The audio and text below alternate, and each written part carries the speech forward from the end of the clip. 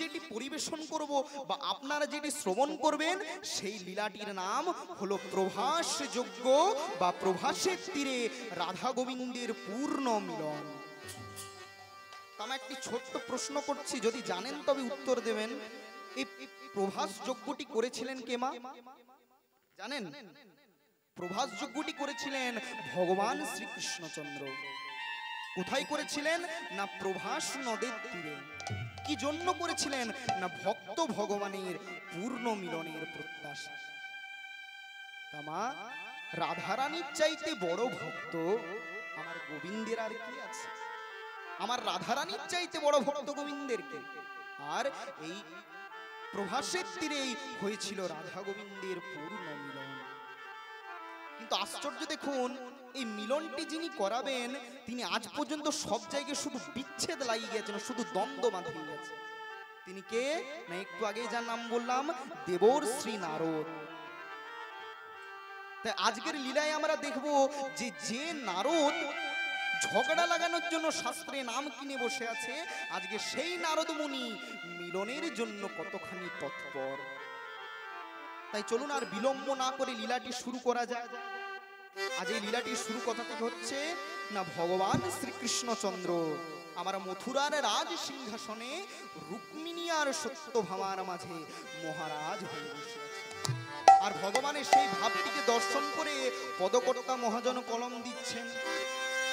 পরিদারকাতে রুক্মিণীর সনে সুখেতে আছেন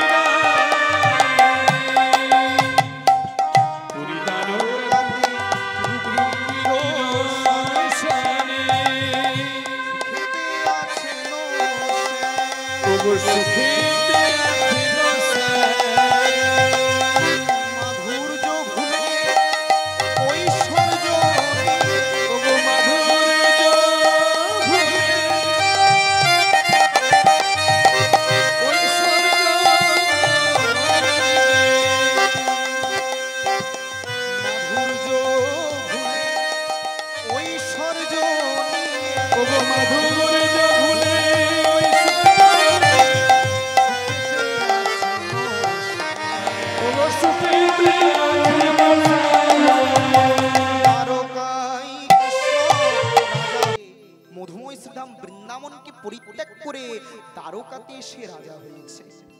আর ভগবানের সেই ভাবটিকে দর্শন করে পদকর্তা মহাজন বলছে, বৃন্দাবনে নাই কৃষ্ণ মথুরাতে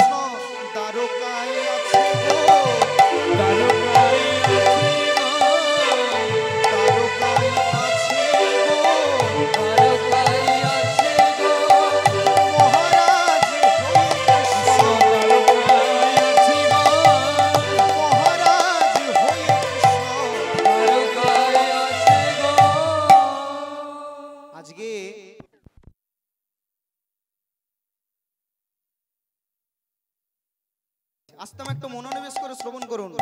ও মা, একটু মনোনিবেশ করে আস্তে। দেখুন, আজকে ভগবান শ্রীকৃষ্ণচন্দ্র দ্বারকায় রাজা হয়েছে। বৃন্দাবনকে আজ পরিত্যাগ করে এসেছেন ভগবান আমার। আর এদিকে দেবশ্রী নারদ আজকে মনে মনে চিন্তা করছে যে অনেকদিন বৃন্দাবনে যাওয়া হয়নি, যাই আজকে বরং একবার বৃন্দাবন থেকে ঘুরে আসি। শাস্ত্রে আছে, পবিত্র মনে শুদ্ধ ভক্তিতে কেউ যদি একবার বৃন্দাবন ভ্রমণ করে তবে নাকি কোটি যজ্ঞের ফল পাওয়া যায়। তাছাড়া এখন তো শুনেছি কৃষ্ণ নাকি এখন আর বৃন্দাবনে নেই।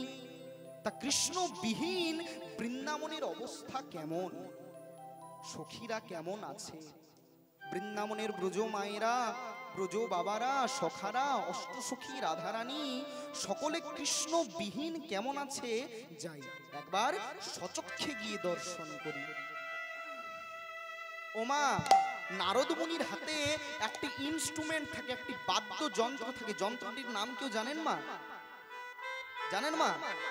নারদ মুনির হাতে একটি বাদ্যযন্ত্র থাকে, সেই যন্ত্রটির নাম হলো বীণা যন্ত্র। আজকে নারদ মুনি আমার সেই বীণা যন্ত্রে হরিনাম গাইতে গাইতে চলে যাচ্ছেন মধুময় শ্রীধাম বৃন্দাবন। ওরে বীণা যন্ত্র বল একবার হরে কৃষ্ণ মন্ত্র, হরিনাম ছাড়া নানা কোন গতি নাই। ওরে বীণা যন্ত্র কৃষ্ণ নামে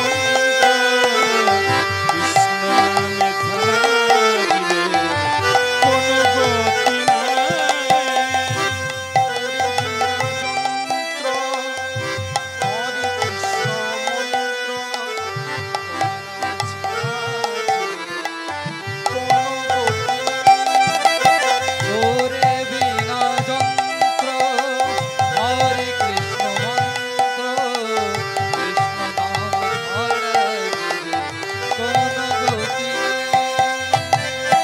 কোন গতি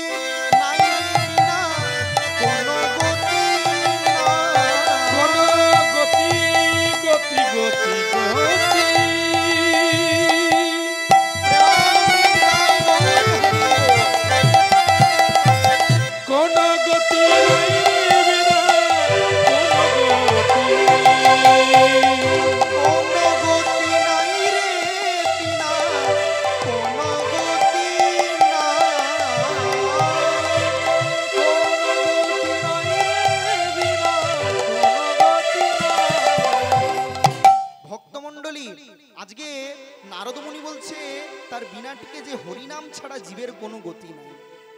তামা এই হরিনামের মধ্যে এমন কি আছে যে হরিনাম ছাড়া মানুষের গতি নাই? এই যে আপনারা এত এত মানুষ আজকে এই দুর্যোগের মধ্যে হরিনাম শ্রবণ করতে এসেছেন, তাই হরিনামের মধ্যে এমন কি আছে? আমরা তো হরিনাম করতে এসেছি, আমাদের স্বার্থ আছে, টাকা পয়সা পাওয়া যাবে, কিন্তু আপনারা তো নিঃস্বার্থ হয়ে হরিনাম শ্রবণ করছেন মা।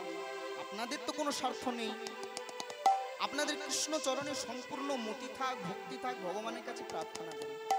মাগো, শাস্ত্রে প্রমাণ আছে যে হরি নামে, হরি গো, হরি নামে, হরি নামে, যেখানে হরির নাম হয়, যেখানে কৃষ্ণের নাম হয়, সেখানে হরি নামেতে, হরি নামে। তাছাড়া এই হরিনাম শব্দের একটি অর্থ আছে, হ রয়ে রস্যি দন্তন্বয়ে আকার ম, এই হচ্ছে হরিনামের বানান। এই হরিনাম শব্দের অর্থ কি? হ শব্দের অর্থ হলো হরণ করে। কি হরণ করে মায়েরা? না রয়ে রস্যি রি, রি মানে রিপু। রিপু শব্দের অর্থ হলো শত্রু। এই আমাদের মানব দেহে ছয়টি শত্রু আছে। আমরা তো বাইরের শত্রুর সাথে লড়াই করি মা, কিন্তু ভেতরের শত্রুর সাথে লড়াই করতে পারি না। আর এই মানব দেহে শুধু একটা নয়, দুটো নয়, ছয়টি শত্রু আছে। শত্রুগুলি কি কি? না কাম, ক্রোধ, লোভ, মোহ, মদ ও মাৎসর্য, এই 6টি শত্রু আছে। তা হরিনাম করলে কি হয় না, হ শব্দের অর্থ হরণ করে। কি হরণ করে না, রয়ের শ্রী মানে রিপুগুলি, অর্থাৎ রিপুগুলি হরণ করে নেয় শ্রী গোবিন্দ। দন্ত নয়াকার না মানে নাশ করে, আর ম মানে মুক্তি দেয়। অর্থাৎ এক কথায় হরিনাম শব্দের অর্থ হলো যে নাম উচ্চারণ করলে ষড়রিপুর বন্ধন কেটে যায় আর ত্রিতাপ জ্বালা থেকে আমরা মুক্ত হয়ে যাই, তার নাম হলো হরিনাম সংকীর্তন। তাই সকলে মিলে একবার বলুন, প্রেমানন্দিনী তাই গৌর হরি বল, হরি বল, হরি বল, হরি বল, হরি বল, হরি বল। এমন বল আর আপনি কোথাও পাবেন না মা। যার নেই কোনো অর্থের বল আছে তার হরি বল, যার নেই কোনো রাজনীতির বল আছে তার হরি বল, যার নেই কোনো শরীরের বল আছে তার হরি বল।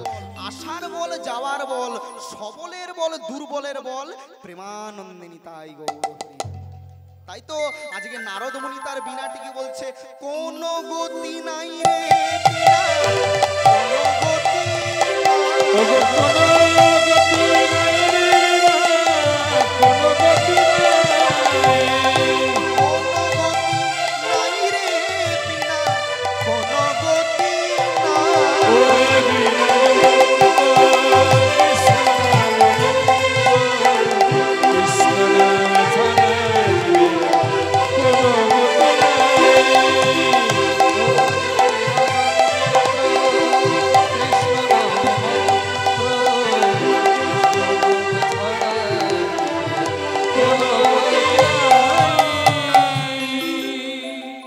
ভক্তমণ্ডলী, আজকে দেবশ্রী নারদ মুনি আজকে তার বিনা যন্ত্র নিয়ে হরিনাম গাইতে গাইতে চলে এলেন মধুময় শ্রীধাম বৃন্দাবন।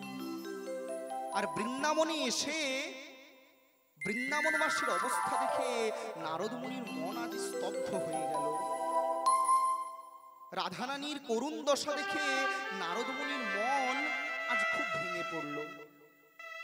রাধারানী আমার করছে কি না, ওই বৃন্দাবনের ধুলোই গড়াগড়ি দিয়ে, ওই বৃন্দাবনের মাটিতে গড়াগড়ি দিয়ে আজ হা কৃষ্ণ বলে নয়নের জল ফেলছে। তাই পদকর্তা মহাজন বলছে, পরানো বধূর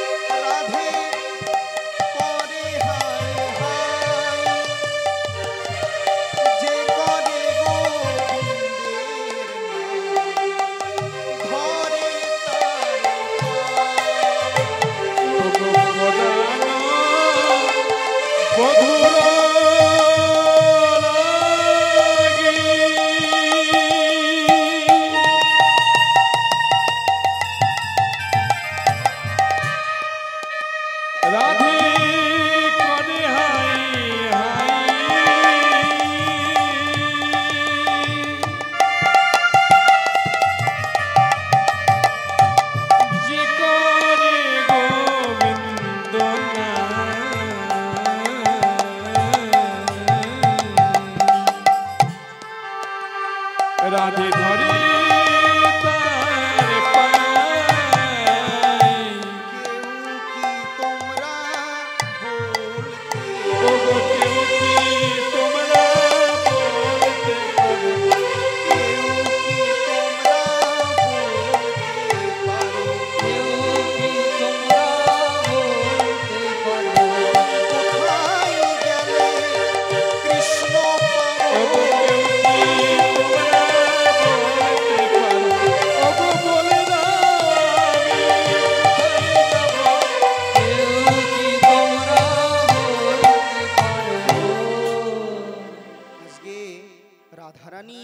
আমার হা কৃষ্ণ বলে নয়নের জল ফেলছে। আর অন্যদিকে যশোমতী নন্দরানী আমার নবনীত কলার ভাণ্ড হাতে লয়ে অঝরে গোপাল গোপাল বলে চলেছে। কৃষ্ণবিহীন বৃন্দাবন আজ শ্মশানে পরিণত হয়েছে। সখারা কাঁদছে, যমুনার উজান বহে না, পাখিরার পূজন গায় না, বৃন্দাবনের বৃক্ষ লতা তৃণগুল্ম সবই কৃষ্ণ বিরহে আজ স্থির হয়ে গেছে। আর বৃন্দাবনের এহেন দশা প্রত্যক্ষ করে আজকে দেবশ্রী নারদ মনে মনে ভাবছে যে কৃষ্ণ কেমন ভগবান। তাই কৃষ্ণ যখন দ্বারকাতে আছে, আমিও তখন দ্বারকাতে যাব। জবাব চাইবো, বলবো প্রভু তুমি তো বৃন্দাবনকে পরিত্যাগ করে সে দ্বারকাতে রাজা হয়েছো, তা দয়াময় বৃন্দাবনবাসীর কি অবস্থা সে কি তুমি জানো না প্রভু? তাই কৃষ্ণ যখন বৃন্দাবনে আছে, দ্বারকাতে আছে, আমিও তখন দ্বারকাতেই যাব। আজকে নারদ মুনি যেই না দ্বারকাতে যাওয়ার সংকল্প নিলেন, সিদ্ধান্ত নিলেন, অমনি বৃন্দাবনবাসী এসে বলছে, নারদ মুনি, ও নারদ মুনি, শুনলাম তুমি নাকি কৃষ্ণের কাছে আমাদের অভাব অভিযোগ জানাতে যাবে।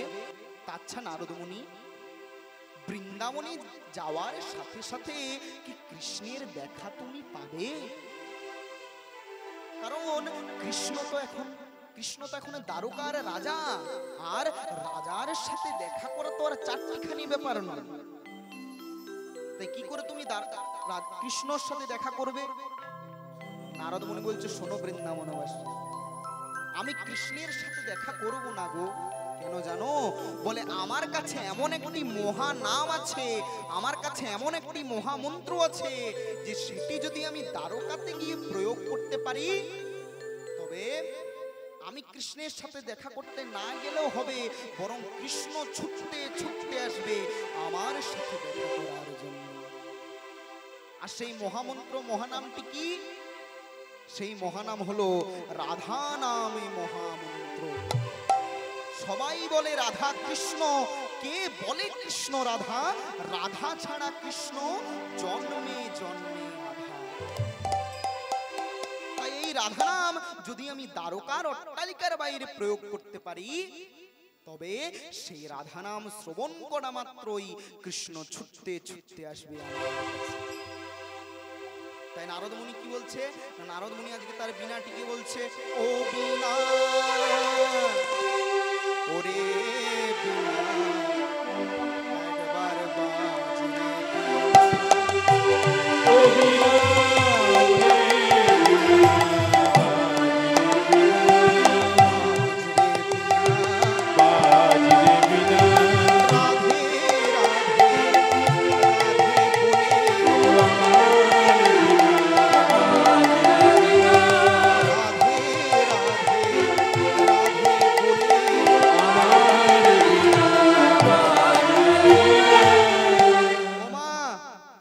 নারদ মুনি কি কখনো রাধা নাম করেছে মা? নারদ মুনির মুখ থেকে সবসময় কি নাম শোনা যায়? নারায়ণ নারায়ণ। নারদ মুনির মুখ থেকে সবসময় একটি নাম শোনা যায়, নারায়ণ নারায়ণ। রাধা নাম করার তো নারদ মুনির আর অভ্যেস নেই, কিন্তু নারদ মুনি আজকে মনে মনে সিদ্ধান্ত নিলেন যে ভক্তের জন্য রাধা নাম আজকে আমায় গাইতেই হবে। কিন্তু আমার বীণাটির তো রাধা নাম গাওয়ার অভ্যেস নেই, তাই এক কাজ করি, আগে বরং বীণাটিকে রাধা নাম গাওয়ার অভ্যেস করি। আজকে তার বীণাটিকে বলছে, এই বীণা, বীণা বলতো বীণা, একবার রাধা নাম করতো। নারায়ণ নারায়ণ। আরে নারায়ণের নাম করিস না, রাধা নাম কর, রাধা নাম। নারায়ণ নারায়ণ। আরে বললাম তো রাধা নাম করতে বলছি। নারায়ণ নারায়ণ। আজকে নারদ মুনি যতবার তার বীণাটিকে বলছে রাধা নাম গাইতে, বীণা ততবারই বলছে নারায়ণ নারায়ণ। এবারে নারদ মুনি করলো কি মা? নারদ মুনি ক্রোধান্বিত হয়ে রেগে গিয়ে আজ তার বীণাটিকে সজোরে নিক্ষেপ করলেন বৃন্দাবনের মাটিতে। তুই ওখানেই পড়ে থাক, তুই যখন রাধা নাম গাইবি না, তখন আমি তোকে দ্বারকাতে নিয়ে গিয়েও কোনো লাভ, আমি একাই গিয়ে দ্বারকাতে রাধা নাম গাইব। ভক্তমণ্ডলী, ভক্তিমতী মায়েরা, কথায় আছে যে পরশমণির ছোঁয়া পেলে লোহাও সোনাতে পরিণত হয়। তাই আজকে নারদ মুনি যেই না তার বীণাটিকে বৃন্দাবনের মাটিতে নিক্ষেপ করেছে, ওই যে বৃন্দাবনের মাটির প্রতিটি ধুলোকণায় রাধা নাম লেখা, অমনি রাধা নামের পরশ পেয়ে গেছে। অমনি হলো কি, বীণা বেজে উঠলো,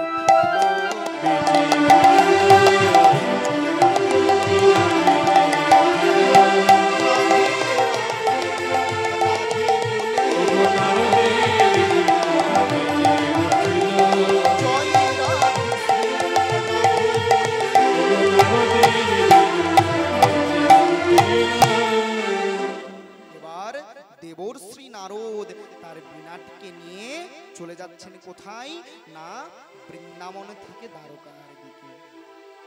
আজকে দ্বারকার মাটিতে এসে নারদ মুনি তার বীণা যন্ত্র দিয়ে বীণা যন্ত্রে সুর দিয়ে শুরু করলেন রাধা নাম।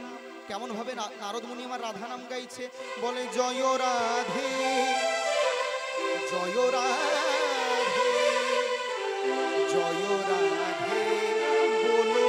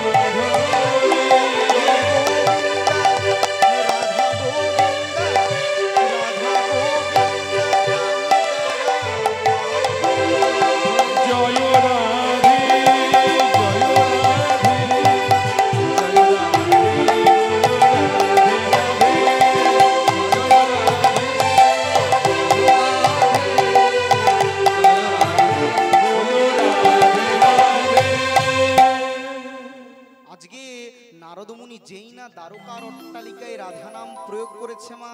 ওই রাধা নাম ভগবান শ্রীকৃষ্ণের কর্ণমূলে পৌঁছানো মাত্রই কৃষ্ণ ছুটতে ছুটতে এলো দ্বারকার বহিদ্বারে।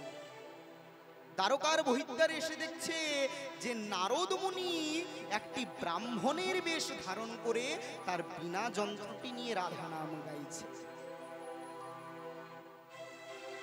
অন্তর্যামী গোবিন্দ সবই বুঝতে পেরেছে মা, কিন্তু ব্রাহ্মণ বেশী নারদ মুনিকে সম্মান জানানোর জন্য ভগবান শ্রীকৃষ্ণ বলছে, ব্রাহ্মণ দেবতা আপনার চরণে শত কোটি প্রণাম। যেই না আজকে নারদ মুনি কে প্রণাম করেছে ভগবান কৃষ্ণ, অমনি নারদ মুনি করলো কি মা, না জোরে জোরে করতালি দেওয়া শুরু করছে। ধন্য প্রভু, তুমি ধন্য, এই না হলে তুমি লীলাময়, আর কত লীলা দেখাবে প্রভু। বলছে, প্রভু তুমি আমায় চিনতে পারছো না, আমি হলাম নারদ গো নারদ। যদিও মা অন্তর্যামী গোবিন্দ সবই জানে যে কে এসেছে, কেন এসেছে। তাই আজ কৃষ্ণচন্দ্র বলছে যে সত্যি ভাই তোমায় চিনতে পারে না। তা নারদ কি মনে করে আজ আমার কাছে? সবকিছু কুশলে তো, সব ভালো আছে তো, এসো এসো বসবে, এসো এসো। বলছে, দাঁড়াও প্রভু দাঁড়াও, আজকে আমি আর তোমার কাছে বসতে আসি, আজকে আমি তোমার কাছে এসেছি একটি জবাব চাইতে। বলে, জবাব? কি জবাব নারদ? আচ্ছা প্রভু বলো তো, পুত্র হয়ে যদি কেউ পিতা মাতাকে কাঁদায় কি হয়? সেটা পাপ হয়। প্রভু, বন্ধু হয়ে যদি কেউ বন্ধুকে দুঃখ দেয়, কষ্ট দেয়, কাঁদায়, তবে কি হয়? সেটাও পাপ হয়। ভগবান হয়ে যদি ভক্তকে কাঁদায় কি হয়? সেটাও পাপ হয়। যে প্রভু তুমি কোনটিকে বাকি রেখেছো? প্রভু তুমি তো বৃন্দাবনকে পরিত্যাগ করে সে দ্বারকাতে রাজা হয়েছো, তা বৃন্দাবনবাসীর কি অবস্থা সে কি তুমি জানো না প্রভু? বৃন্দাবনের ব্রজ মায়েরা, ব্রজ বাবারা, নন্দরাজা, নন্দরানী, শ্রীরাম, সুদাম, দাম, বসুদাম, মধুমঙ্গল, অষ্টসুখী, রাধারানী, সবাই যে কৃষ্ণ বিরহে কাঁদতে কাঁদতে মৃতপ্রায়, সেদিকে কি তোমার খেয়াল নেই? ভগবান বলছে, ঠিক বলেছ, তুমি একদম ঠিক কথা বলেছ। তোমার বিচারে আমি হলাম অপরাধী। কিন্তু নারদ, কেউ যদি অপরাধ করে, কেউ যদি পাপ করে, তার নিশ্চয়ই প্রায়শ্চিত্ত থাকে, ক্ষমা থাকে। তাহলে নারদ মুনি, তুমি আমাকে বলে দাও যে আমি কি করলে আমার সর্ব অপরাধের বোঝা থেকে মুক্ত হতে পারি। নারদ মুনি বলছে, কেন কৃষ্ণচন্দ্র গোবিন্দ, তুমি তো বলেছো পরিত্রাণায় সাধুনাং বিনাশায় চ দুষ্কৃতাং ধর্মো সংস্থাপনার্থায় সম্ভবামি যুগে যুগে। সাধুগণকে রক্ষা করার জন্য, দুষ্টের দমন করার জন্য, আর ধর্মের পুনর্স্থাপনা করার জন্য তুমি যুগে যুগে অবতীর্ণ। কিন্তু প্রভু, ধর্মকে প্রতিষ্ঠা করতে হলে কিন্তু অধর্মের বিরুদ্ধে যুদ্ধ করতে হয়। আর অধর্মের বিরুদ্ধে যুদ্ধ করতে গেলে কিন্তু কিছু কিছু ধার্মিক লোকেরও প্রাণ যায়। এই যেমন রাম রাবণের যখন যুদ্ধ হয়েছিল, ওই রাবণের দলে যারা যারা নাম লিখিয়েছিল সবাই কি অধার্মিক ছিল? সেই দলে তো বিভীষণের ছেলেও ছিল তরণী সেন, যে তার সর্বাঙ্গে গোটা শরীরে রাম নাম লিখে সে যুদ্ধ করতে এসেছিল। কিন্তু তাকেও তো মরতে হয়েছিল, কারণ সে রাবণের দলে নাম লিখিয়েছে বলে। আর তার প্রায়শ্চিত্ত স্বরূপ শ্রী রামচন্দ্র করেছিলেন অশ্বমেধ যজ্ঞ। আর প্রভু, কই তুমি তো এত বড় কুরুক্ষেত্রে যুদ্ধ বাঁধিয়ে দিলে, কই তুমি তো কোনো যজ্ঞ করলে না কেন দেবশ্রীপাদ? যুধিষ্ঠির তো করেছে রাজসূয় যজ্ঞ, যুধিষ্ঠির করেছে। আরে যুধিষ্ঠির করেছে, তার ফল যুধিষ্ঠির পাবে। আমি ভাত খেলে কি তোমার পেট ভরবে? তাই আমার পরামর্শ যদি শোনো, তবে তুমিও একটি যজ্ঞ করো। কৃষ্ণ বলছে, ঠিক আছে মুনিবর, যজ্ঞ তো করবো, কিন্তু কি যজ্ঞ করা যায় বলুন? যা কি যজ্ঞ করা যায়? কি যজ্ঞ করা যায়? রাম করেছিল অশ্বমেধ যজ্ঞ, যুধিষ্ঠির করেছে রাজসূয় যজ্ঞ। হ্যাঁ, তুমি করো দান ব্রত যজ্ঞ। তবে শোনো, এই দান ব্রত যজ্ঞে তোমাকে 3টি শর্ত মেনে চলতে হবে। এই দান ব্রত যজ্ঞে মাত্র 3টি শর্ত মানতে হবে। কি কি শর্ত? বলে প্রথম শর্তটি শোনো। এই যজ্ঞের প্রথম শর্ত হলো যে এই যজ্ঞে তোমাকে স্বর্গ, মর্ত, পাতাল, ত্রিভুবন নিমন্ত্রণ করতে হবে। স্বর্গের দেবতারা, মর্তের মনুষ্যকুল, আর পাতালের দৈত্যকুল আর নাগকুল। স্বর্গ, মর্ত, পাতাল, এমনকি তোমার বন্ধু, তোমার শত্রু পর্যন্ত এই যজ্ঞে বাকি না থাকে। এই হলো প্রথম শর্ত। দ্বিতীয় শর্ত কি? বলে দ্বিতীয় শর্ত হলো এই যজ্ঞে যারা যারা নিমন্ত্রিত হয়ে আসবে, যজ্ঞ সমাপন্তে যে তোমার কাছে যা চাইবে তোমাকে তাই দান করতে হবে। দাঁড়ান দেবশ্রীপাদ, আপনি তো বলছেন যে যজ্ঞে যে যা চাইবে তাকে তাই দান করতে হবে। কেউ যদি বলে হাতি দাও, হাতি দেবে। কেউ যদি বলে ঘোড়া দাও, ঘোড়া দেবে। কেউ যদি বলে অর্থ, ধন, সম্পত্তি, টাকা পয়সা, মণিমুক্তা দাও, সব দিয়ে দেবে। কেউ যদি বলে তোমার মাথা দাও। বলছে দেবশ্রী, আপনার কথাই চলতে গেলে তো শেষ পর্যন্ত আমাকে ভিখারি হতে হবে। নারদ মুনি আজকে মনে মনে বলছে, প্রভু তোমাকে ভিখারি করার জন্যই তো আমার আশা। কারণ একদিন না একদিন ভিখারি তোমায় হতেই হবে। আর তুমি কবে ভিখারি হবে জানো প্রভু? যেদিন তুমি নদিয়ায় গিয়ে গৌর হবে, সেদিন তোমায় ভিক্ষা করতে হবে। তাই এই হলো দ্বিতীয় শর্ত। এবার তৃতীয় শর্ত কি? বলে তৃতীয় শর্ত হলো যে যে তোমার কাছে যা চাইবে তুমি তাই দেবে। দিতে দিতে যদি তুমি ভিখারি হয়ে যাও, প্রয়োজনে তুমি আঁচল পেতে ভিক্ষাও করবে। জয় রাধে। বলছে দাঁড়ান দেবশ্রীপাদ, আপনার সব কথাটি আমি মানলাম, কিন্তু এই কথায় একমত হতে পারলাম না। আমি দান করব, আবার আমি আঁচল পেতে ভিক্ষা করব, তবে লোকে আমাকে নিয়ে হাসাহাসি করবে না? এ কেমন রাজা রে বাবা, দান দিয়ে আবার ফেরত নিচ্ছে। বলছে হাসাহাসি কেন করবে? ধরো মহারাজ কৃষ্ণ, তুমি কাউকে 1 কোটি টাকা দান করেছো। এবার 1 কোটি টাকা দান করার পর যদি তুমি তার কাছ থেকে 1 টাকা ফেরত চাও, তবে সে কি আর হাসাহাসি করবে? বলে না, তা হাসাহাসি করবে না, কিন্তু আমি চাইবো কেন? বলছে চাইলে তোমারই মঙ্গল। কি মঙ্গল?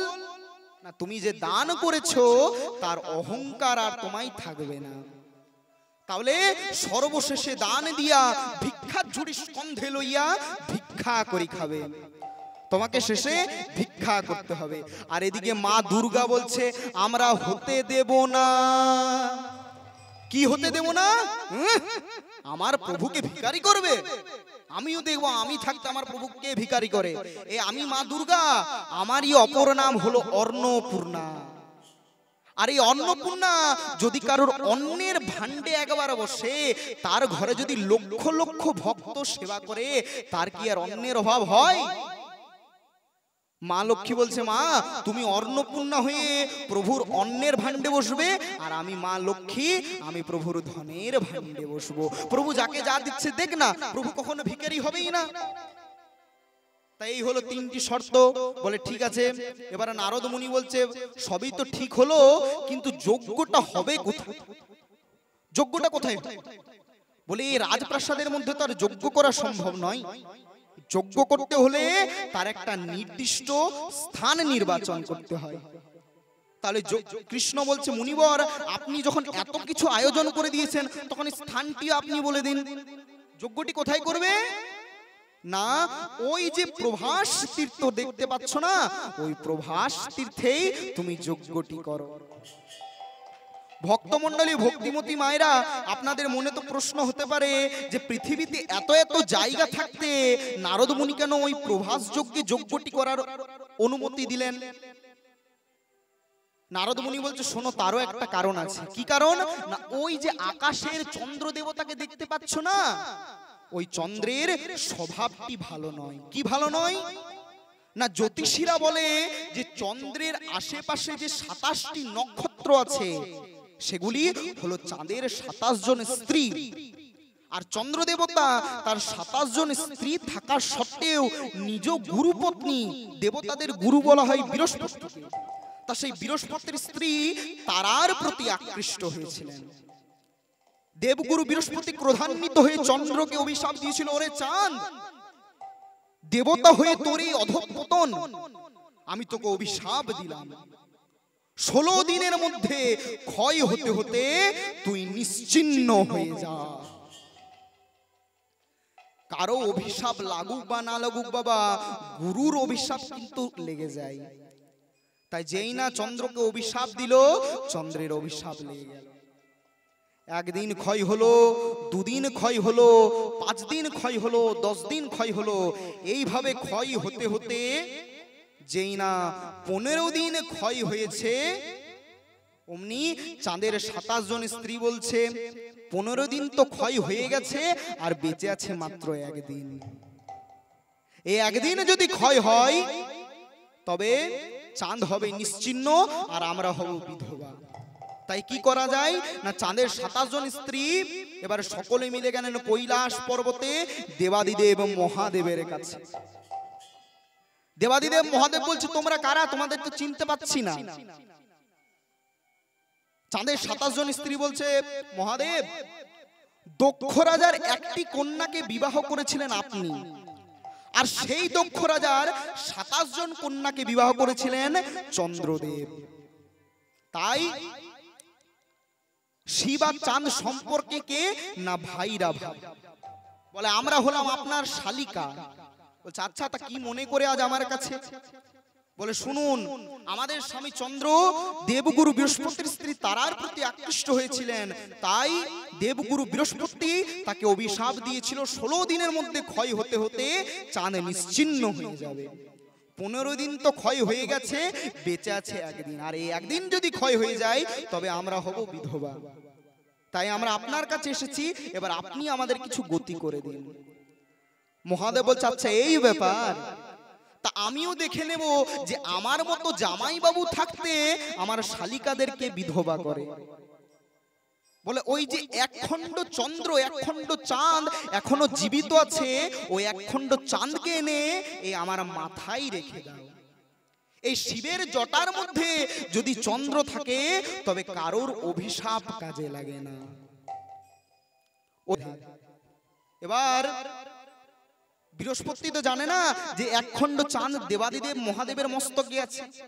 এবার কি হয়েছে, দেবগুরু বৃহস্পতি এবার রাত্রে যখন নিজ কার্যালয়ে যাচ্ছে তখন রাস্তায় হোঁচট খেয়ে, আর মনে মনে ভাবছে যে চাঁদ যদি বেঁচে থাকতো কত ভালো হতো, রাত্রির অন্ধকারে সব কাজগুলো করে নিতাম, এখন চাঁদ নেই, যেখানে যাচ্ছি হোঁচট খেয়ে যাচ্ছি রাত্রির অন্ধকারে।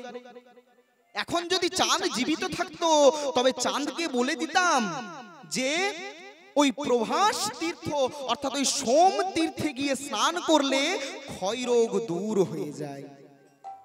সোম তীর্থটা কোথায় না, দ্বাদশ জ্যোতির্লিঙ্গের মধ্যে প্রধান যে জ্যোতির্লিঙ্গ সেটি হচ্ছে সোমনাথ মন্দির, যেটি আছে গুজরাটে সমুদ্রের ধারে। তা সেই সোম তীর্থে গিয়ে যদি চাঁদ স্নান করতে পারে তবে ক্ষয়রোগ দূর হয়ে যাবে। জয় রাধে। তাই হলো কি, যেই না এই কথাটি বলেছে চাঁদের 27 জন স্ত্রী সেই কথাটি শুনে ফেলেছে। এবার চাঁদের 27 জন স্ত্রী শিবের মস্তক থেকে ওই এক খণ্ড চাঁদকে তুলে নিয়ে ওই প্রভাস তীর্থে গিয়ে স্নান করিয়েছে। যেই না প্রভাস তীর্থে স্নান করিয়েছে অমনি চাঁদ নিজের জ্যোতি আবার ফিরে পেল। তাই চাঁদ নিজের জ্যোতি ফিরে পেল, তাই প্রভাযুক্ত আশো সমান প্রভাস তীর্থ। চাঁদ নিজের হারানো জ্যোতিকে ফিরে পেয়েছিল, হারানো প্রভাকে ফিরে পেয়েছিল, তাই তীর্থটার নাম প্রভাস তীর্থ। তাই নারদ মুনি বলছে, তাই শোনো কৃষ্ণ, তুমি ওই প্রভাস নদের তীরে যজ্ঞটি করো।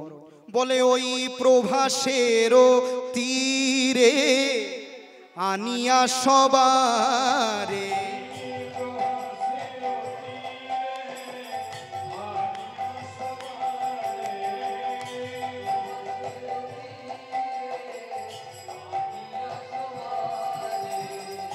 করো প্রভু যজ্ঞের আয়োজন গো।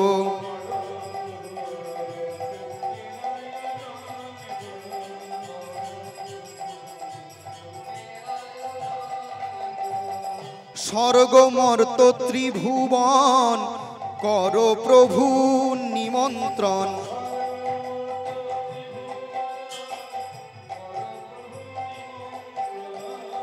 স্বর্গ মর্ত ত্রিভুবন করো প্রভু নিমন্ত্রণ।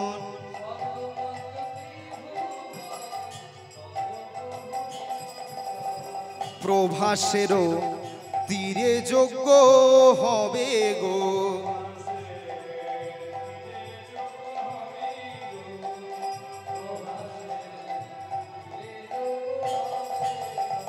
নিমন্ত্রণ করো গো।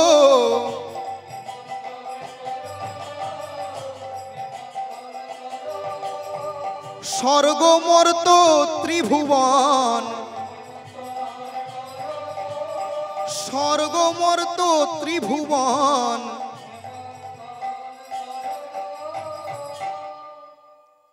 কৃষ্ণ বলছে, মুনিবর সবই তো বুঝলাম, কিন্তু প্রশ্ন হলো যে এই স্বর্গেই বা এতগুলো নিমন্ত্রণ নিয়ে যাবে কে, আর এই পাতালেই বা মর্তেই বা এত নিমন্ত্রণ নিয়ে যাবে কে?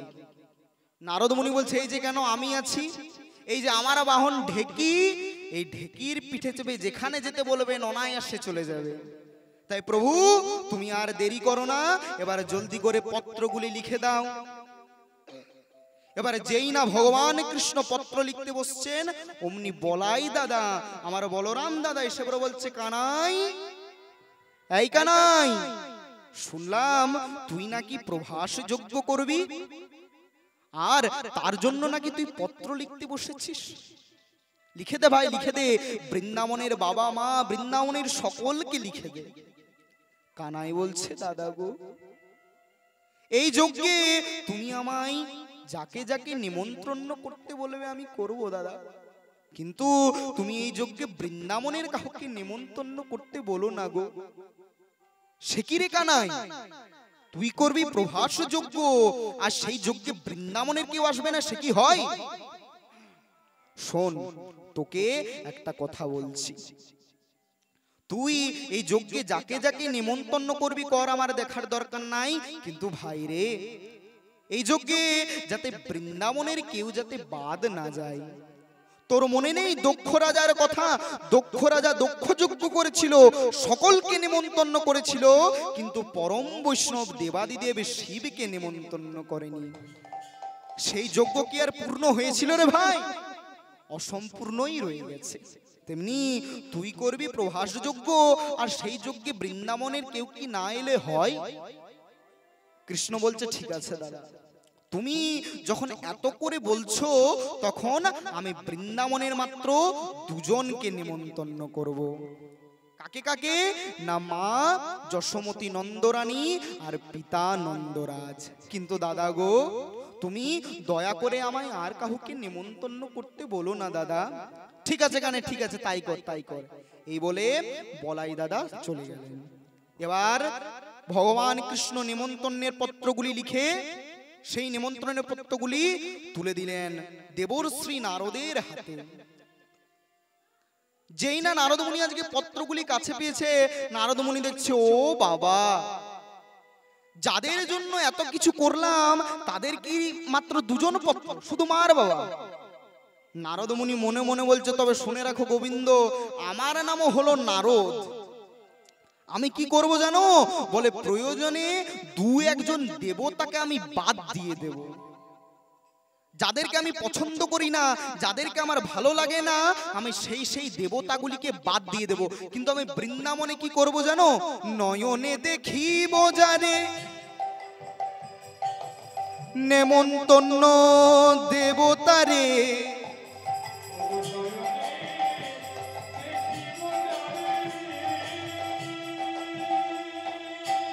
প্রেমানন্দে নিতাই গৌরে হরি বল।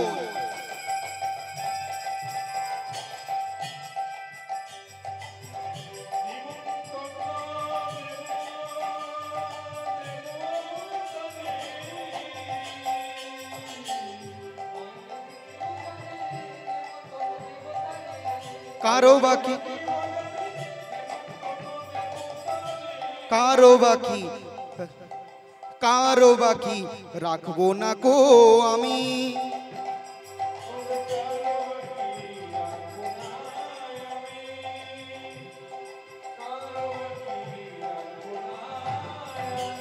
আমি যারে দেখবো তারে নেমন্তন্ন দেব।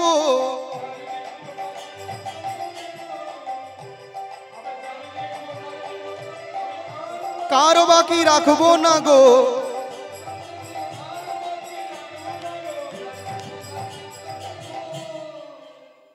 নারদ মুনি আজকে মনে মনে বলছে, প্রভু তুমি তো বৃন্দাবনের দুটি পত্র লিখে দিলে, কিন্তু আমি বৃন্দাবনের যাকে চোখের সামনে দেখতে পাবো তাকেই নেমন্তন্ন দেব।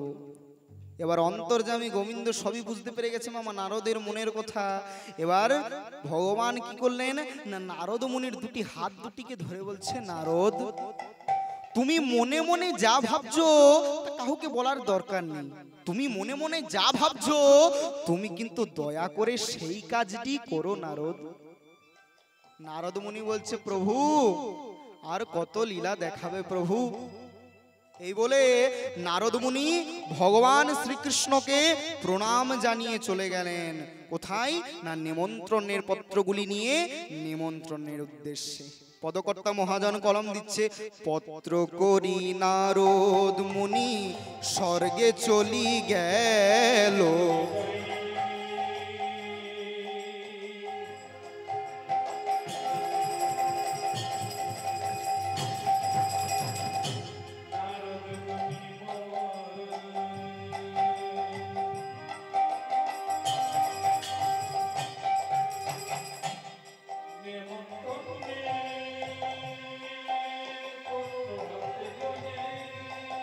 প্রেমানন্দে নিতাই গৌরে হরি বল।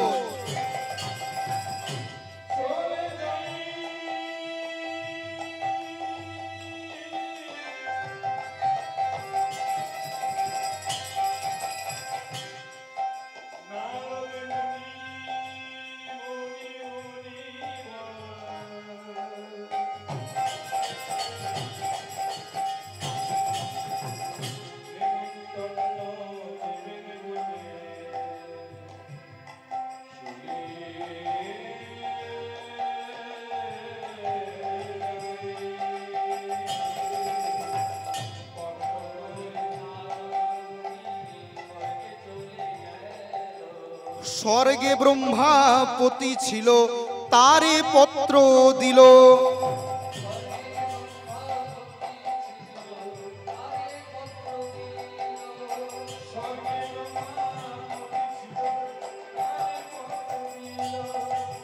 হেন ব্রহ্মার করে পত্র দিয়া, বিষ্ণুর করে দিল।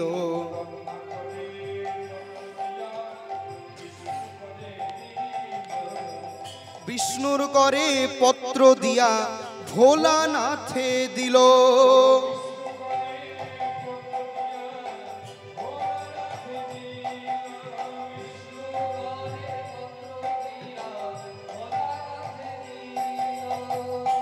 আজকে নারদ মুনি প্রথমে স্বর্গে গিয়ে স্বর্গের দেবতাদের পত্র দিলেন, তারপর কৈলাস পর্বতে গিয়ে দেবাদিদেব মহাদেবকে নিমন্ত্রণের পত্র দিল। ভক্তমণ্ডলী, নারদ দেবাদিদেব মহাদেবকে কি কখনো কেউ নিমন্ত্রণ করেছে মা? এমনকি দেবাদিদেব মহাদেবের শ্বশুর মশাই দক্ষ রাজা দক্ষ যজ্ঞ করেছিল, সকলকে নিমন্ত্রণ করেছিল, কিন্তু দেবাদিদেবকে নিমন্ত্রণ করেননি। কাজেই নিমন্ত্রণ যে কি জিনিস সেটি দেবাদিদেব মহাদেব জানে না। তাই আজকে কৃষ্ণের প্রভাস যজ্ঞের নিমন্ত্রণের পত্র যেই নারদ মুনির হাতে দেখেছে, সেই ভোলানাথ নৃত্য শুরু করেছে। আর কথাই আছে যে যখন ভোলানাথ নাচে তখন গোটা ত্রিভুবন কাঁপে। তাই আজ যেই না ভোলানাথ উদ্দণ্ড নৃত্য শুরু করেছে, ভোলানাথের সেই নৃত্যে ত্রিভুবনে প্রলয় নেমে এসেছে। আর সেই প্রলয় দেখে সমস্ত দেব দেবী এক জায়গায় জড়ো হয়ে গেছে। বলে কি হলো কি হলো, নারদ দেবাদিদেব মহাদেব এমন নৃত্য শুরু করেছে কেন? নারদ মুনি বলছে যা হলো হলো, মাঝখানে আমারই ভালো হলো। কি ভালো না, নারদ মুনি সেই সুযোগে সমস্ত দেব দেবীদের একসাথে নিমন্ত্রণ করে দিলেন। তাহলে স্বর্গ কমপ্লিট। এবার কোথায় চলে এলেন না, পাতালে। পাতালে সেখানে ছিলেন নাগ নাগিনী দৈত্য, সকল নাগ নাগিনী দৈত্যদের নিমন্ত্রণ করে নারদ মুনি এবার মনের আনন্দে চলে যাচ্ছেন কোথায় না, বৃন্দাবনে। সিদ্ধান্ত একটাই, যেখানে আমি যে বৃন্দাবনবাসীকে দেখব তাকেই নিমন্ত্রণের পত্র দেব। কিন্তু মা, আজকে নারদ মুনি বৃন্দাবনে এসে আজ বৃন্দাবনবাসীর অবস্থা দেখে নারদের মন খুব খারাপ হয়ে গেল মা। বৃন্দাবনবাসী করছে কি না, নয়নের জলে কৃষ্ণের আশা পথ চেয়ে আছে আর বলছে, ওরে আমার ব্রজের কানুরে, কোন দুঃখে তুই রাজা হলি দ্বারকাপুরে।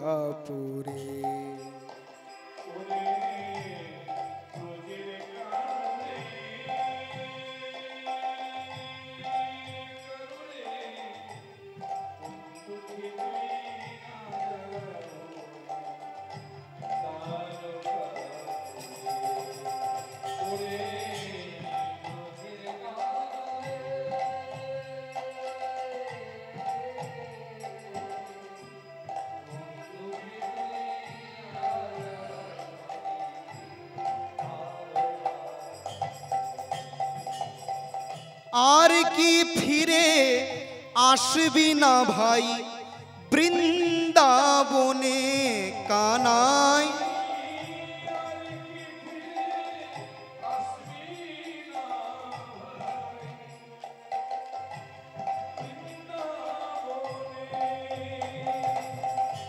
আর কি বাঁশি বাজাবি না রাধে রাধে বলে কানাই?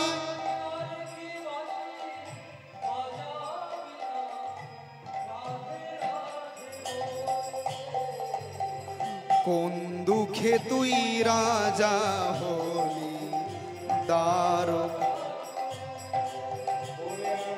বল কানাই বল, তুই কি আর ফিরে আসবি না ভাই? তুই আর ফিরে আসবি না?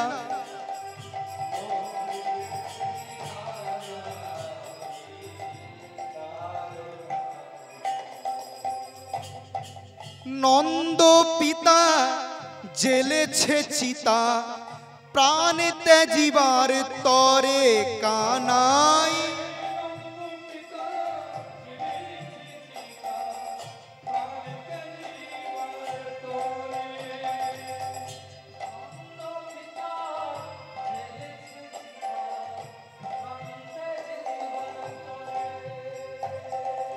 নন্দ রানী লয়ে নবনী রয়েছে গৃহের দ্বারে।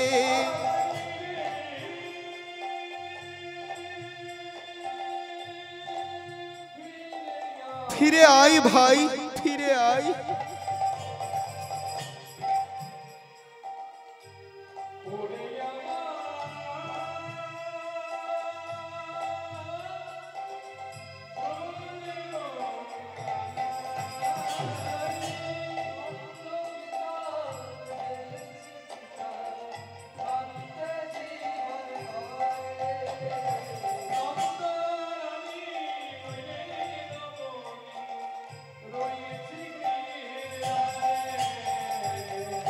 কোন দুঃখে তুই রাজা হলি দ্বারকাপুরে।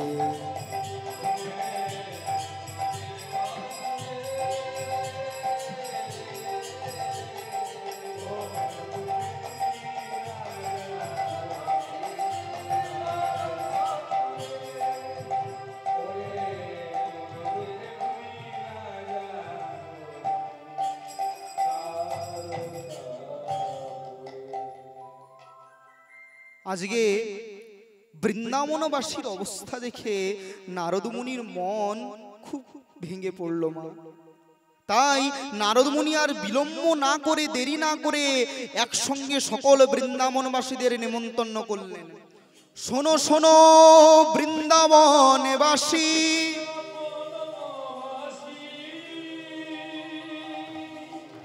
শোনো দিয়ামন,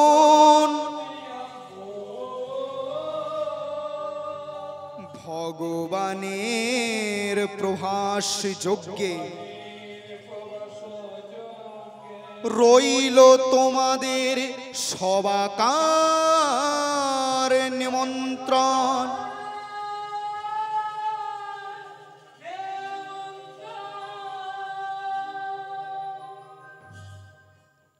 নারদ মুনি আমার সকল বৃন্দাবনবাসীদেরকে নেমন্তন্ন করে, স্বর্গ মর্ত পাতাল ত্রিভুবন নেমন্তন্ন করে আবার ফিরে এলেন ভগবান কৃষ্ণের কাছে।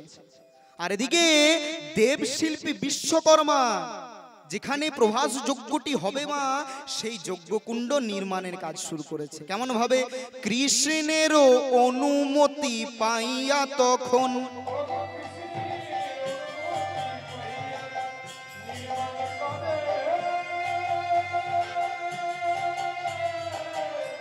হরি বল, হরি বল, হরি বল।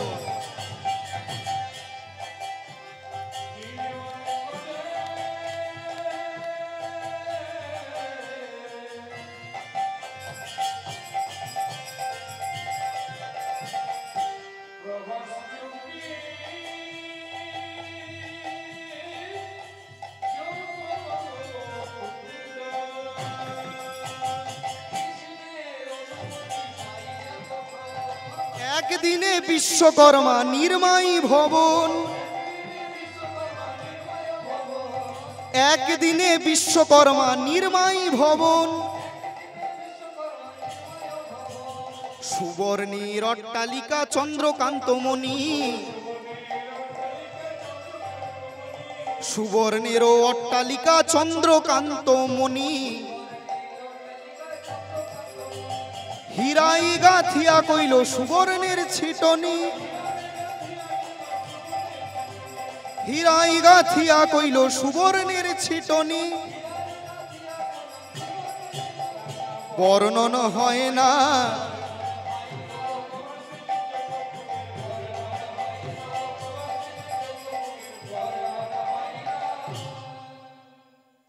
আজকে প্রভাস যজ্ঞ কুণ্ডটি নির্মাণ হয়ে গেল।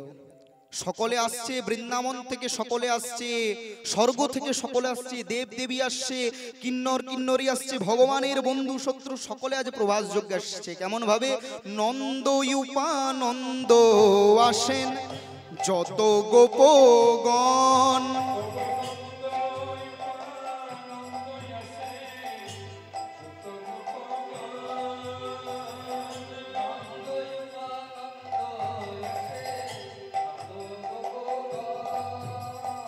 সবে মিলে প্রভাসেতে করিছেন গমন।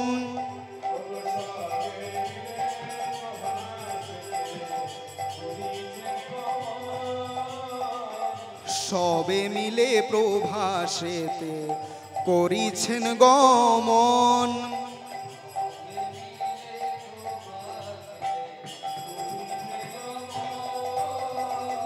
ঊর্ধ্বমুখে আসেন যত দেবী দেবীগণ,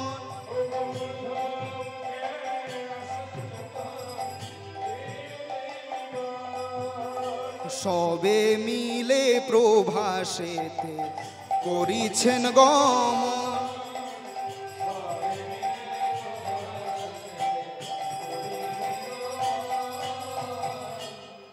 আজকে প্রভাস যজ্ঞ কুণ্ডটি নির্মাণ হয়ে গেল, আর সেই যজ্ঞে সবাই একে একে পদার্পণ করছে। বৃন্দাবন থেকে সকলে আসছে, দেবতার আসছে কোথা থেকে? না, ঊর্ধ্বমুখ থেকে। দেখবেন বাবা, নো পলিটিক্যাল ল্যাঙ্গুয়েজ, কোনো রাজনীতি নিয়ে কথা বলবো না, কিন্তু দেখবেন যখন বড় বড় কোনো মিটিং বা মিছিল হয় তখন কি হয় না, যারা আমরা সাধারণ মানুষ তারা কেউ যায় বাইকে, কেউ যায় সাইকেলে, আবার কেউ যায় হেঁটে, কিন্তু ওনারা কোথা থেকে আসেন? ওপর থেকে। তেমনি দেবতারাও সব ভিআইপি, তাদের কাছেও নিজের নিজের ফ্লাইট আছে, এরোপ্লেন আছে। যেমন লক্ষ্মীর বাহন পেঁচা, নারদের বাহন ঢেকি, সরস্বতীর বাহন রাজহংস, তাই আজকে তারাও আসছে ওপর থেকে। এবার মা, যিনি না এলে তো লীলার মিলন হবে না। তিনি কে? না, জগৎ গুরু কৃষ্ণ আর তার প্রেমের গুরু শ্রীমতী রাধা রানী। তা সকল সখীরা বলছে, ওগো রাই, নারদ মুনি তো নেমন্তন্ন করে গেছে, তা প্রভাস যজ্ঞে যাবি না? বলে হ্যাঁ যাবো সখী, কিন্তু কি করে যাই বলতো? বলে কি করে যাই মানে? নারদ মুনি নেমন্তন্ন করে গেছে আর তুই যাবি না? এখন না গেলে কখন যাবি? মানে সময় হয়ে গেলে তোর সাধন হবে না, তাই এখনই চল প্রভাস যজ্ঞ কুণ্ডে। আজকে তোর 100 বছর পর গোবিন্দের সাথে দেখা হবে। রাধারানী বলছে, ওরে সখী, আমার গোবিন্দের সাথে দেখা করার, সাক্ষাৎ করার ইচ্ছে আমার অনেক, কিন্তু আমি কি করে যাই বলতো? আমার ঘরে যে শাশুড়ি ননদি আছে। বলে আমার শাশুড়ি আছে গো, শাশুড়ি আছে গো, দেখলে পরে শ্বাস উড়ে, দেখলে পরে শ্বাস উড়ে। শুধু সখী শোন, শুধু আমার শাশুড়ি নয়, আমার ননদি আছে গো।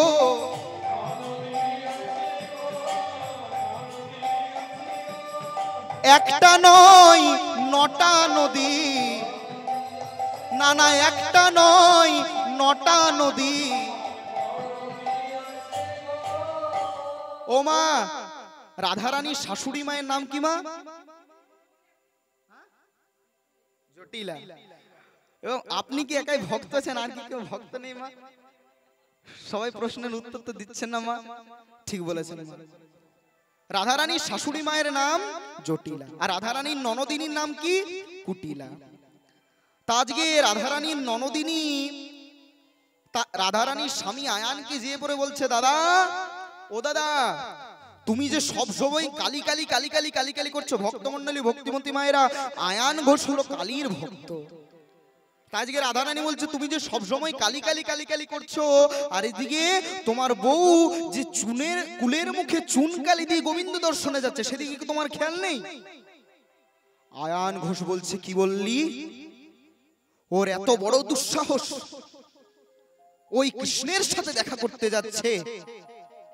তবে শুনে রাখ, আমিও দেখে নেব যে আমি থাকতে ও এই বাড়ির বাইরে এক পাও কি করে রাখে। এই বলে আয়ান ঘোষ করলেন কি না, মা কালীর খড়গটি নিয়ে আজকে রাধারানীর সামনে এসে দাঁড়ালেন। বলছে, তুমি কোথায় যাবে? রাধারানী করুণ বদনে বলছে, স্বামী, স্বামী গো, আজ আমায় বাধা দিও না স্বামী।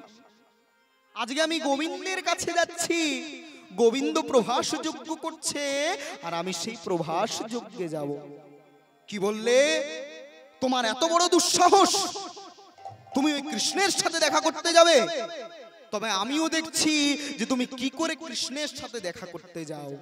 এই বলে আয়ান ঘোষ মা কালীর খড়গটি নিয়ে আজ রাধারানীকে বাধা দিতে গেলেন। যেই না রাধারানীকে বাধা দিতে যাচ্ছেন, রাধারানী করলো কি মা না, রাধারানী তারই আরাধ্যা দেবী কালীর রূপ ধারণ করলো।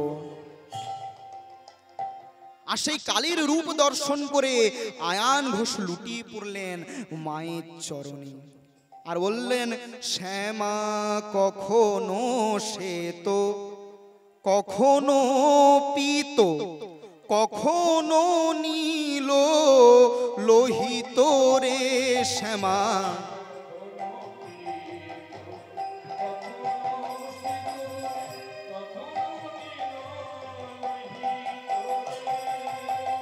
কখনো শ্বেত, কখনো পীত, কখনো নীল লোহিত রে।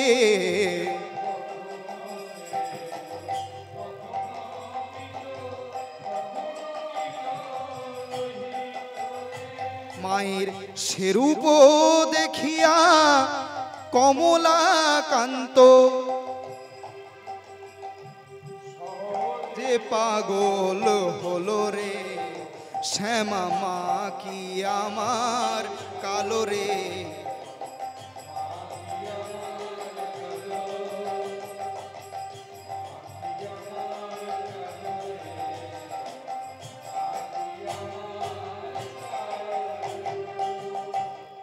আজকে যেই না স্ত্রী রাধার মধ্যে, অর্ধাঙ্গিনী রাধার মধ্যে নিজের আরাধ্যা দেবী কালীর রূপ দর্শন করলো, আয়ান ঘোষ লুটিয়ে পড়লো মায়ের চরণে, আর বলছে, রাধে, এতদিন আমি তোমায় চিনতে পারিনি রাধে, এতদিন আমি তোমায় চিনতে পারিনি, কিন্তু আজকে আমি তোমায় চিনতে পেরেছি।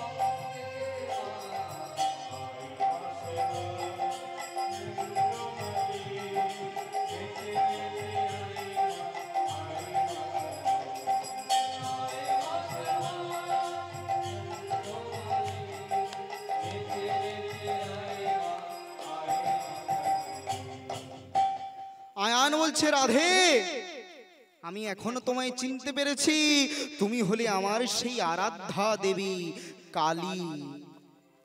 তাই রাধে, আমি এরপর থেকে, আজ থেকে তোমায় আর কোনো কাজে বাধা দেব না।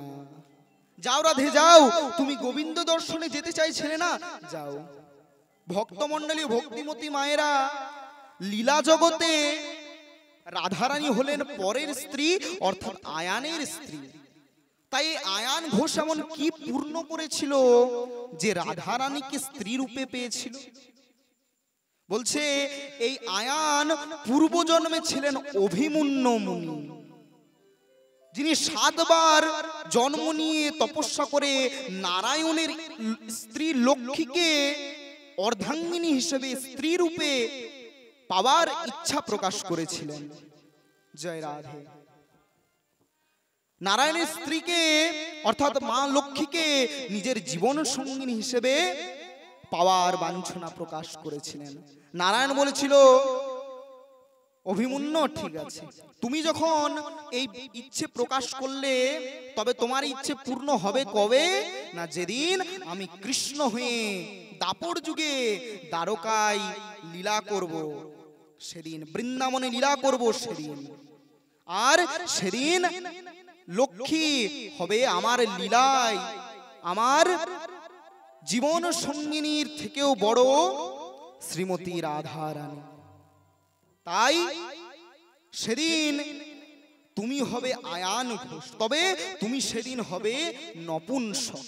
কারণ লক্ষ্মীকে কখনো ভোগ করা যায় না। লক্ষ্মী যদি কৃপা করে কারোর কাছে থাকে তো থাকবে, কিন্তু লক্ষ্মীকে ভোগ করা যায় না। অভিমন্যু ঋষি বলছে, প্রভু তুমি আমায় ভুল বুঝলে, আমি তোমার লক্ষ্মীকে স্ত্রী রূপে পেয়েছি কোনো বাসনা প্রকাশ করার জন্য নয়।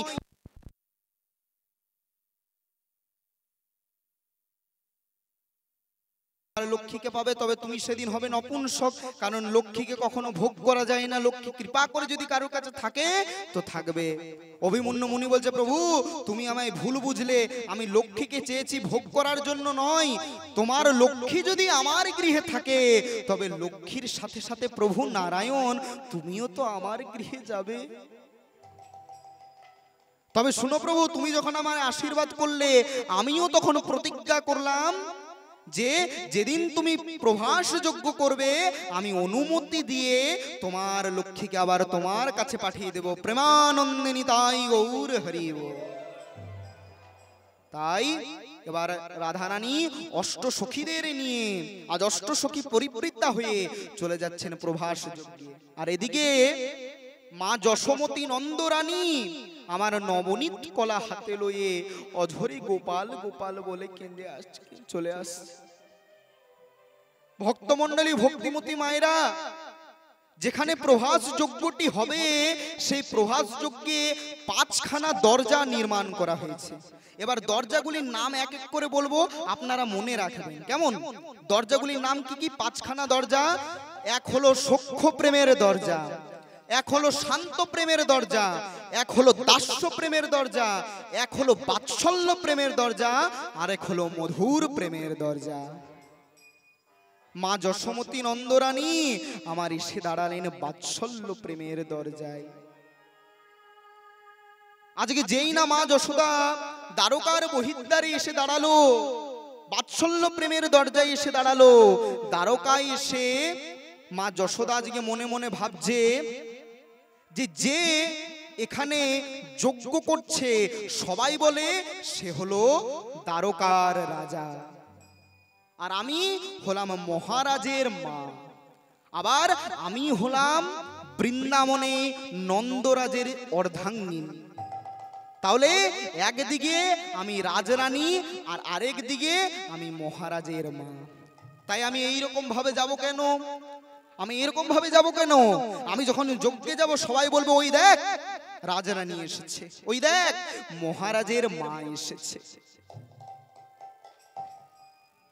তাহলে আমি এরকম করে যাব কেন? ভক্তমণ্ডলী মায়েরা, আজকে মা যশোদার প্রভাস যজ্ঞ কুণ্ডের দরজায় এসে মনে মনে একটু অহংকার হয়ে গেল। কিন্তু মা, অহংকারে সব পাওয়া যায়, কিন্তু গোবিন্দকে কখনো পাওয়া যায় না। গোবিন্দকে অহংকারে কখনো পাওয়া যায় না। কিন্তু সাধারণের মা তো নয় মা, স্বয়ং ভগবানের মা। তাই এই সূক্ষ্ম অহংকার বোধ যখন মা যশোদার জাগ্রত হলো, তখন ভগবান বলছে সর্বনাশ। আমার মা, আর সে যদি অহংকার করে আমার কাছে আসে আর আমায় অনায়াসে পেয়ে যায়, তাহলে আমি জগৎকে কি শিক্ষা দেব? তাই বলে মা, আজকে তোমায় কঠোর পরীক্ষা দিতে হবে। কি কঠোর পরীক্ষা? না, এবার যেই না মা যশোদা প্রভাস যজ্ঞে প্রবেশ করতে যাচ্ছে মা, অমনি দাঁড়িয়ে বলছে, আরে এই বুড়ি, আরে কিধারে যাওগে? মানে এই বুড়ি তুমি কোথায় যাবে? মা যশোদা বলছে, শোনো, ওই যে দেখছো না যে যজ্ঞ করছে, ও হলো আমার ছেলে। দাঁড়িয়ে বলছে, কি বললি? যে যজ্ঞ করছে সে তোর ছেলে, ওই ভগবান কৃষ্ণ, মহারাজ কৃষ্ণ? বলে হ্যাঁ। তাই একবার চোখে দেখেছিস তাকে? কত সুন্দর আমাদের মহারাজ দেখতে। যার সন্তান এত সুন্দর, তার মা কি এমন কাঙালিনী ভিখারিনী হয়? যশোদা কি করে দাঁড়িকে বলবে মা যে পুত্র শোকে 100 বছর কাঁদতে কাঁদতে যশোদার এই অবস্থা? পৃথিবীতে যত যত শোক আছে মা, ভগবান এমন কারো না করুক। পৃথিবীতে যত যত শোক আছে, সব থেকে যন্ত্রণাদায়ক শোক হলো মাতৃ শোক। সব থেকে যন্ত্রণাদায়ক হলো পুত্র শোক। কোন পিতামাতার যদি অল্প বয়সে সন্তান সন্ততি হারিয়ে যায়, তবে সেই পিতামাতার যে কি দুঃখ, কি যন্ত্রণা, সে একমাত্র সেই পিতামাতাই জানে। তাই দাঁড়িরা তো জানে না মা। তাই দাঁড়িরা বলছে, তাছাড়া এই বুড়ি, তুই যে বলছিস ওই মহারাজ তোর ছেলে, তা হ্যাঁ বুড়ি, ওই আমাদের মহারাজ কত সুন্দর সুন্দর দামি দামি পোশাক পরেছে, দামি দামি অলংকার পরেছে, আর তুই কোথা থেকে একটা ছিন্ন বস্ত্র পরে চলে এসেছিস কাঙালিনী ভিখারিনীর মতো? যশোদা কি করে বলবে মা যে পুত্র শোকে সে রাস্তায় ছুটতে ছুটতে আসার সময় তার বস্ত্রটা কাটা বিচ্ছিন্ন হয়ে গেছে, নোংরা হয়ে গেছে। মা যশোদা বারবার করে বলার পরেও, মিনতি করে বলার পরেও দাঁড়িরা তাকে প্রবেশ অধিকার দেয়নি। মা যশোদা বারবার করে মিনতি করে বলছে, শোন রে দাঁড়ি, তোদের পায়ে ধরি, দ্বার ছেড়ে দে দাঁড়ি, আমি কাঙালিনী নই, অভাগিনী নই, যেতে দে রে দাঁড়ি।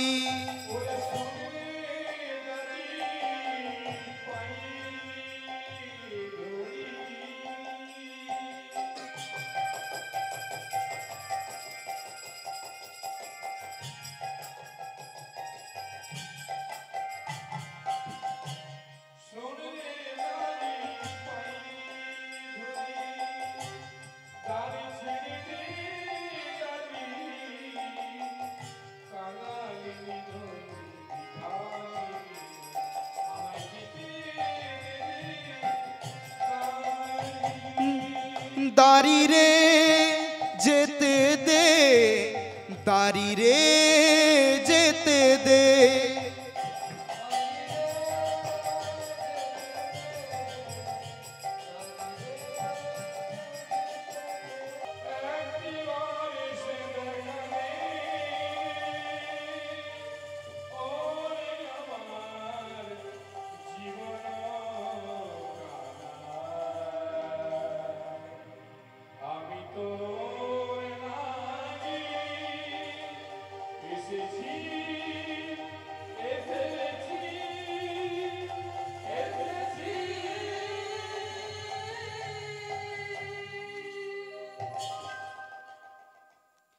যেই না মা যশোদা আজকে গোপাল গোপাল বলে চিৎকার করে উঠলো, আজকে যজ্ঞ কুণ্ডে যজ্ঞ করতে করতে কানাই দাদা বলাই কি বলছে, দাদা গো আজকে আর আমার বোধহয় যজ্ঞ করা হলো না দাদা। বাইরে যে দাড়িকে মাকে দাড়িরা বেত্রাঘাত করা শুরু করেছে। তাই কানাই করলো কি না, ছুটতে ছুটতে এলো মায়ের কাছে। আর মারিস না দাড়ি, আর মারিস না। ওরে দাড়ি, তোরা যাকে সামান্য নারী বলে বেত্রাঘাত করছিস, সে যে আমার মা রে, সে যে আমার মা। দাড়িরা বলছে আপনার মা? বলে হ্যাঁ। এবার ভগবান শ্রীকৃষ্ণ করলেন কি না, মা যশোদার সর্বাঙ্গী গোটা দেহে হস্ত বুলিয়ে দিলেন। যেই না দেহে হস্ত বুলিয়ে দিলেন, মা যশোদা জ্ঞান ফিরে পেল। যেই না জ্ঞান ফিরে পেল, মা যশোদা বলছে গোপাল তুই এসেছিস, গোপাল তুই এসেছিস। ওরে গোপাল, কতদিন তোকে দেখিনি রে বাবা, কতদিন তোকে গোপাল বলে ডাকিনি, তুই এত বড় হয়ে গেছিস বাবা। বলে হ্যাঁ মা, হ্যাঁ। মা, তোমার মনের একদিন স্বপ্ন ছিল যে তোমার ছেলে গোপাল একদিন রাজা হবে। এই দেখো মা, আমি আজকে মহারাজ হয়েছি। কিন্তু মা গো, যেদিন থেকে আমি বৃন্দাবন পরিত্যাগ করে এসেছি মা, কেউ যে আমায় গোপাল বলে ডাকে না, কেউ যে আমায় আর তোমার মতো করে নবনী খাইয়ে দেয় না মা। এবার ভগবান কৃষ্ণ মা যশোদাকে কোলে নিয়ে প্রবেশ করলেন প্রভাস যজ্ঞ কুণ্ডে।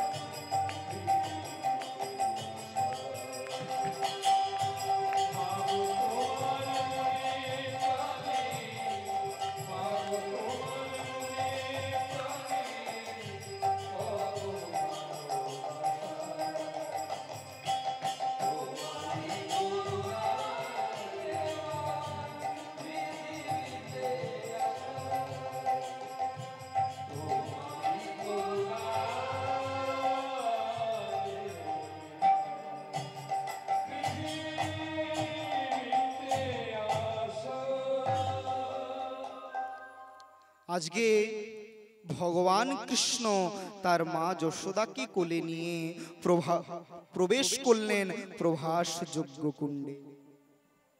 যেই না প্রভাস যজ্ঞ কুণ্ডে প্রবেশ করলো মা, সেখানে ছিল ভগবান কৃষ্ণের আরেক মা, যার নাম হলো দৈবকী। এবার দেখুন মা, এবার দুই মায়ের মধ্যে ঝগড়া লেগে গেছে। যশোদা বলছে যে আমি হলাম ভগবানের মা, আর দেবকী বলছে আমি হলাম কৃষ্ণের মা। দুই মায়ের মধ্যে ঝগড়া লেগে গেছে। এবার হলো কি, নারদ মুনি তখন এসে পড়ে বলছে, এই শোনো শোনো শোনো, আজকে এত সুন্দর একটা দিন, এত সুন্দর যজ্ঞ হচ্ছে, কত ভালো ভালো মানুষ, কত দূর দূরান্ত থেকে, কত ভালো জায়গা থেকে এসেছে, তোমরা আর ঝগড়াঝাটি করে যজ্ঞটাকে পণ্ড করে দিও না। এই শোনো, তোমাদের মধ্যে কে আসল মা পরীক্ষা করে নেওয়া যাক। কি পরীক্ষা?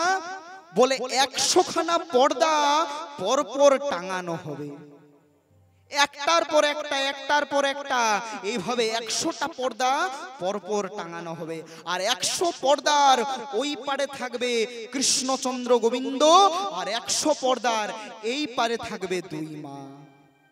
100 পর্দার এপারে থেকে একবার মা যশোদা, একবার মা দৈবকী নিজের স্তনক্ষীর নিঃসরণ করবে। যার বক্ষসুধা, যার স্তনদুগ্ধ শত পর্দাকে ভেদ করে পরমানন্দ গোবিন্দের বদনে গিয়ে পড়বে, জানবে সেই হলো ভগবানের আসল মা। জয় রাধে। এবার হলো কি মা, 100 খানা পর্দা পরপর টাঙানো হলো। এবার কে স্তনক্ষীর নিঃসরণ করতে আসছে? না ভগবানের গর্ভধারিণী মা দৈবকী। দৈবকী আজ মনে মনে বলছে, আমি হলাম ভগবানের আসল মা, আমি হলাম কৃষ্ণের আসল মা, আবার আমাকেই পরীক্ষা দিতে হবে। এবার কি হলো মা দেখুন, এবার মা দৈবকী নিজের স্তনদুগ্ধ নিঃসরণ করছে। কৃষ্ণ খাও খাও বলে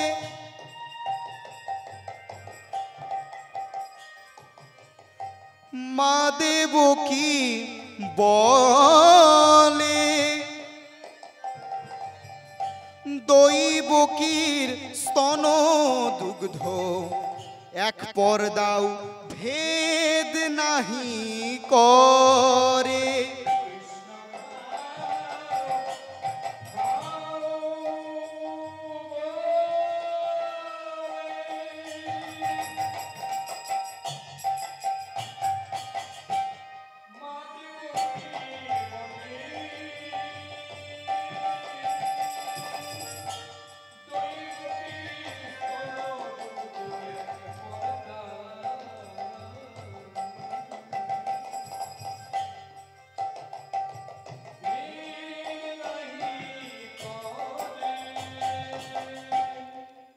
এত চেষ্টা করলো মা, কিন্তু দৈবকীর স্তনদুগ্ধ শত পর্দা তো দূরের কথা, এক পর্দাও ভেদ করতে পারলো না। কেন না, এই সংসারে যে যেমন কর্ম করে তাকে ঠিক তেমনই ফল ভোগ করতে হয়। এই কর্মফল থেকে স্বয়ং দেবতারা, স্বয়ং ভগবানও নিস্তার পায় না। যে কর্ম ভালো করে তাকে সুফল ভোগ করতে হয়, আর যে কর্ম খারাপ করে তাকে কুফল ভোগ করতে হয়। এই যে ভগবান মা দৈবকীর স্তনদুগ্ধ পান করলেন না কেন, না তার একটি কারণ আছে। কি কারণ? না এই যে মা দৈবকী, এই মা দৈবকী পূর্বজন্মে অর্থাৎ ত্রেতা যুগে ছিলেন ভরতের মা, অর্থাৎ রামের বিমাতা দশরথের স্ত্রী কৈকেয়ী, যার অভিশাপে রামচন্দ্রকে 14 বছরের জন্য যেতে হয়েছিল বনে। তা ভক্তমণ্ডলী, রাম যখন বনবাসে যাবে মা, রামের মা কৌশল্যা রামকে রামের কাছে এক বাটি দুগ্ধ এনেছিল, বলছিল, খোকা রাম, চলেই তো যাচ্ছিস বাবা, আর কতদিন পর দেখা হবে, তা বাবা যাওয়ার আগে এই দুগ্ধটি পান করে যা। রামচন্দ্র যেই না দুগ্ধটি পান করতে যাবে বাবা, অমনি রামের বিমাতা অর্থাৎ কৌশল্যা ছুটতে ছুটতে এসে রামের বদন থেকে ওই দুধের বাটিটি কেড়ে নিয়ে ছুঁড়ে ফেলে দিল। রামচন্দ্র বলছে, মা এ তুমি কি করলে? মা এ তুমি কি করলে? মা আমি এতদিন জানতাম যে তুমি হলে আমার সৎ মা, কিন্তু মা আজকে তুমি যে কর্মটি করলে তাতে তুমি প্রমাণ করে দিলে যে তুমি হলে আমার অসৎ মা। বলে মা গো, ত্রেতা যুগে আমি মা কৌশল্যার গর্ভে জন্ম নিলেও মনে মনে তোমাকেই বেশি ভালোবেসেছি। কবে থেকে জানো মা? না যেদিন আমার পিতা দশরথের মৃত্যু সমব্যাধি হয়েছিল, আর সেদিন তুমি আমার পিতা দশরথকে সেবা সুস্থতা করে তাকে সুস্থ করে তুলেছিলে। সেদিন আমি সিদ্ধান্ত নিয়েছিলাম যে আগত দাপর যুগে তুমি হবে আমার মা দৈবকী। যেহেতু তোমায় কথা দিয়ে ফেলেছি মা, তাই আমি তো তোমার গর্ভে জন্ম নেব। কিন্তু মা আজকে তুমি যে এই কর্মটি করলে, তাই আমিও আজকে তোমাকে বললাম যে আমি দাপর যুগে তোমার গর্ভে জন্ম নেব ঠিকই, কিন্তু কোনো দিন তোমার স্তনদুগ্ধ পান করব না। তাই মা দৈবকী আজ এত চেষ্টা করলো, কিন্তু গোপালের বদন পর্যন্ত তার বক্ষ সুধা স্তনদুগ্ধ গিয়ে পৌঁছালো না। এইবার কার পালা মা? এইবার গোপালের বাৎসল্যময়ী মা যশোদার পালা। গোপাল খাও খাও বলে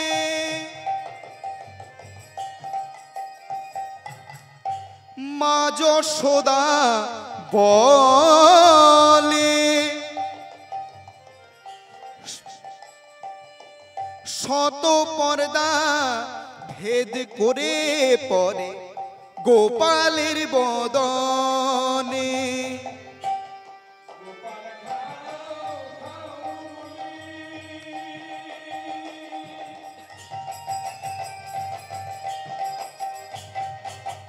प्रेमानंदे निताई गौरे हरि बोल हरि बोल हरि बोल हरि बोल।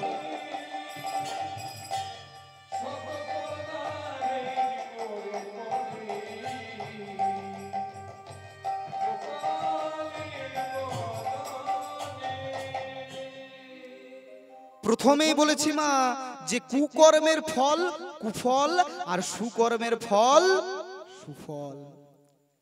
এই যে মা যশোদা, এই যশোদা পূর্বজন্মে কে ছিলেন? না, এই মা যশোদা পূর্বজন্মে ছিলেন ধরাসতী, দ্রোণের স্ত্রী। এই যার গৃহে স্বয়ং ভগবান অতিথি রূপে এসেছিলেন। অতিথি রূপে এসে বলেছিলেন, ধরাসতী আমার বড় খিদে পেয়েছে, তুই দয়া করে আমায় কিছু সেবা দাও। ধরাসতীর বড় আনন্দ, কাঙালিনীর ঘরে আজকে ভগবান এসেছে। কিন্তু মা ধরাসতী এতই গরিব, এতই দরিদ্র যে প্রতিটি মাটির হাড়িতে হাত দিয়ে দেখছে যে সেখানে এক দানা অন্ন পর্যন্ত নাই। কিছুক্ষণ পর ধরাসতীর স্বামী দ্রোণ এসেছে। ধরাসতী তার স্বামী দ্রোণকে বলছে, স্বামী আজ আমাদের কি সৌভাগ্য দেখো, আজ স্বয়ং ভগবান আমাদের গৃহে এসেছে। কিন্তু স্বামী, ভগবান যে এসেছে তা ভগবানকে সেবা দেব কি করে? বাড়িতে একদানা অন্ন পর্যন্ত তো নাই। এবার ধরাসতী করলো কি মা? না, ধরাসতী ভিক্ষায় বেরোলো। কিন্তু এমনই কপাল মা যে সেদিন কেউ আর তাকে ভিক্ষাও দেয়নি। এবার ধরাসতী করলো কি না, ধরাসতী দেখলো যে বাজারের ধারে একটা নতুন মুদিখানার দোকান খুলেছে, যে দোকানের গায়ে বড় বড় করে লেখা আছে অনলের দোকান। ধরাসতী সেই দোকানে গিয়ে সেই দোকানদারকে বলছে, ভাই আমি বড় বিপদে পড়ে আজ তোমার কাছে এসেছি ভাই। আজকে আমার বাড়িতে অতিথি এসেছে সেবার জন্য, আর কথাই বলে যে অতিথি নারায়ণ। কিন্তু ভাই আমার ঘরে একদানা অন্ন পর্যন্ত তো নাই যা দিয়ে আমি অতিথির সেবা দেব। তাই তুমি দয়া করে আমায় কিছু অন্ন, কিছু চাল ডাল দাও, যেটি দিয়ে আমি অতিথির সেবা দিতে পারি। দোকানদার বলছে, শোনো ধরাসতী, খদ্দের হলো লক্ষ্মী, আর খদ্দেরকে কখনো ঘুরিয়ে দিতে নেই। কিন্তু আমি আবার কাউকে কোনোদিন বাকিতেও ধারেও জিনিস দিই না। তবে হ্যাঁ, যদি তুমি তোমার পয়োধরটি এই ধারালো ছুরি দিয়ে কর্তন করে আমায় দিতে পারো, তবে তার বিনিময়ে আমি তোমায় কিছু চাল ডাল দিতে পারি। ধরাসতী করলো কি মা, না ক্ষণিকের আবেগে ভগবানকে সেবা দেওয়ার জন্য এক দণ্ড চিন্তা না করে ওই ধারালো ছুরি দিয়ে নিজের পয়োধরটি কর্তন করে তার বিনিময়ে চাল ডাল নিয়ে সে ভগবানকে সেবা দিল।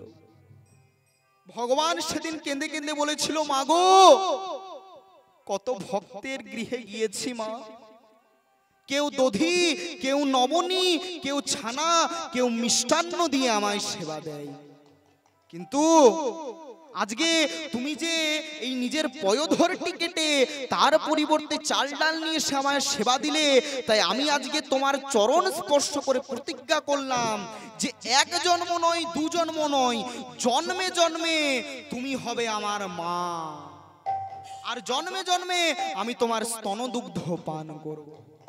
তাই যেই না মা যশোদা তার স্তনদুগ্ধ নিঃসরণ করেছে, ওই স্তনদুগ্ধ 100 পর্দা ভেদ করে শ্রী গোবিন্দের বদনে গিয়ে পড়েছে। সকলে মিলে বলে উঠলেন, বৃন্দাবনের মা যশোদা কি, বৃন্দাবনের মা যশোদা কি, বৃন্দাবনের মা যশোদা কি।